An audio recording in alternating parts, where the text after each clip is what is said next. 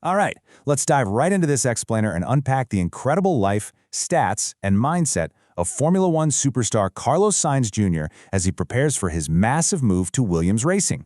Whether you're a diehard motorsport fan or just getting into the fast-paced world of F1, understanding the psychology and the intense preparation of an elite driver like Carlos, well, it just gives you a whole new appreciation for what actually happens on race day.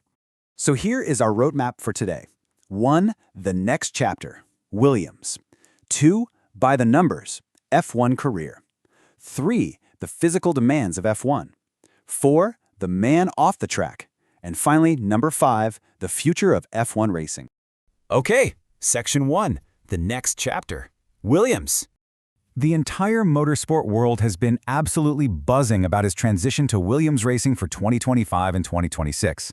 After a highly successful stint at Ferrari, Carlos is packing up his helmet and taking on a massive new challenge with a historic team that's really looking to reclaim its former glory. And the sheer ambition he's bringing to the team is just incredible. He's fully aware that he is at the absolute peak of his career right now, entering his 30s with this perfect blend of youth, fitness, and over a decade of F1 experience. In fact, he's literally fresh off a recent seat fitting at the Williams factory, where he was already displaying that trademark analytical precision.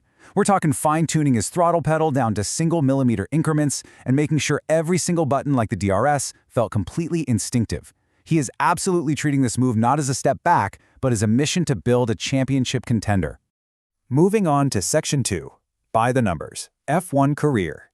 To really understand why Williams trusts him so deeply, we have to look at the masterclass in perseverance that got him here.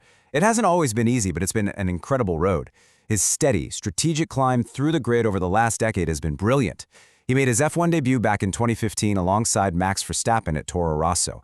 From there, he carved his own path to Renault and then to McLaren, where he really started turning heads. He earned his first podium with McLaren at the 2019 Brazilian Grand Prix, famously coming from the very back of the grid in a race he actually considers one of his absolute best. That performance earned him a prestigious seat at Ferrari, and now he takes all of that top-tier experience straight to Williams. He's a driver who adapts, survives, and eventually thrives wherever he goes. So, the absolutely crucial number to remember here is 29. That is 29 career podiums, alongside 4 spectacular Grand Prix wins, proving his resilience and just undeniable speed. And hey, you want to talk about resilience? Remember the 2024 Australian Grand Prix? Carlos missed the previous race in Saudi Arabia due to emergency appendicitis surgery. He came back just weeks later while still actively recovering, qualified second, and won the entire race. No way, right? But he did. That is the kind of unrelenting grit we're talking about here. Which brings us to Section 3, the physical demands of F1. Achieving those numbers requires an elite physical toll that most people completely underestimate. F1 drivers aren't just sitting in a car turning a wheel. They are world-class endurance athletes. The comparison is staggering. A 90-minute race burns as many calories as a half marathon, while your body simultaneously endures the brutal G-forces of a fighter jet. Carlos himself noted that an F1 driver's heart rate sits right around 160 beats per minute for an hour and a half straight. To put that into perspective, imagine sprinting at a fast pace for 90 minutes while having to make split-second, millimeter-perfect decisions, all while strapped into a cockpit pulling fighter jet levels of G-force. It is completely wild when you think about it. So how do you even survive that kind of brutality in the car? Well, Carlos trains relentlessly outside of it. His grueling cross-training routine is heavily anchored by intense cycling sessions in Monaco. We're talking 1.5 to 2 hours steep climbs. And he doesn't just ride any regular bike. He recently got a custom-fitted, one-of-one limited edition specialized bike, completely decked out with the exact same Olympic-grade wheels used by gold medalists. Off the bike, he stays sharp with paddle tennis, playing golf with former teammate Lando Norris, and hitting the gym for intense conditioning. He focuses heavily on core, glutes, and building up those massive neck muscles you need just to fight the F1 G-forces. All right, Section 4, the man off the track. There's actually a surprisingly quirky and relatable person underneath all that intense physical armor. When the helmet comes off, Carlos is just as fascinating, balancing his serious competitive edge with a really fun, laid-back personality.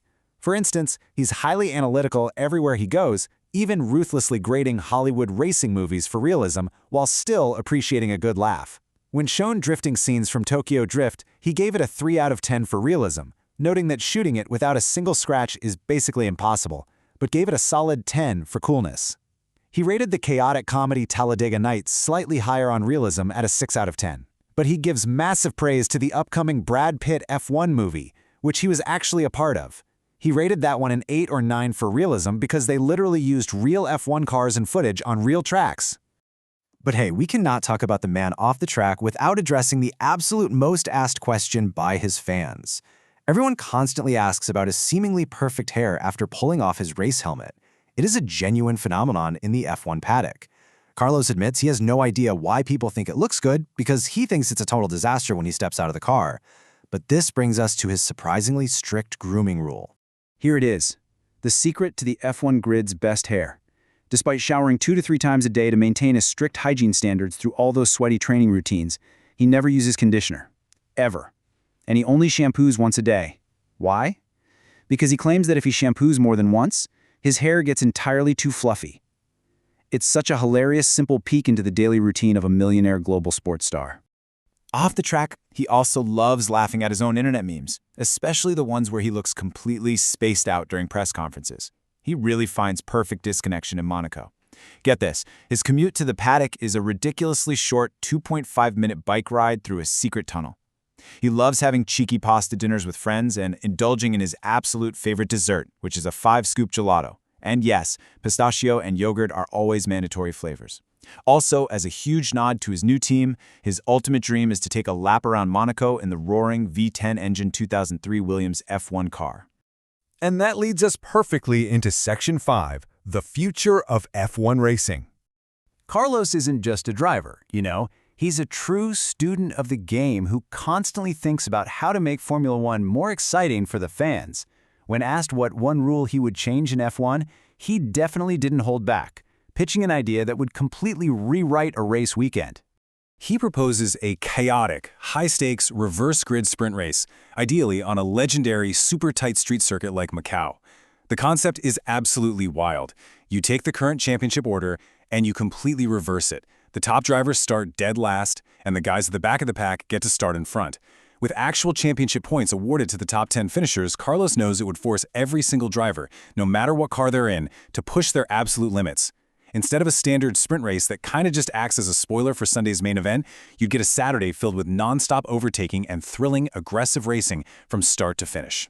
And if critics argue that drivers in the back might not push hard in a reverse sprint, Carlos just laughs it off. He says, "We're animals inside the car. We don't like settling. We still want to overtake." No matter where an F1 driver starts on the grid, their instinct is always to attack.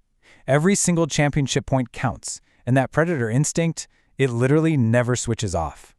So, let's bring this all together. With his peak physical condition, his highly analytical mindset, his quirky relatability, and that absolute animal-like dedication to the sport, what do you think he's going to achieve in this thrilling new chapter?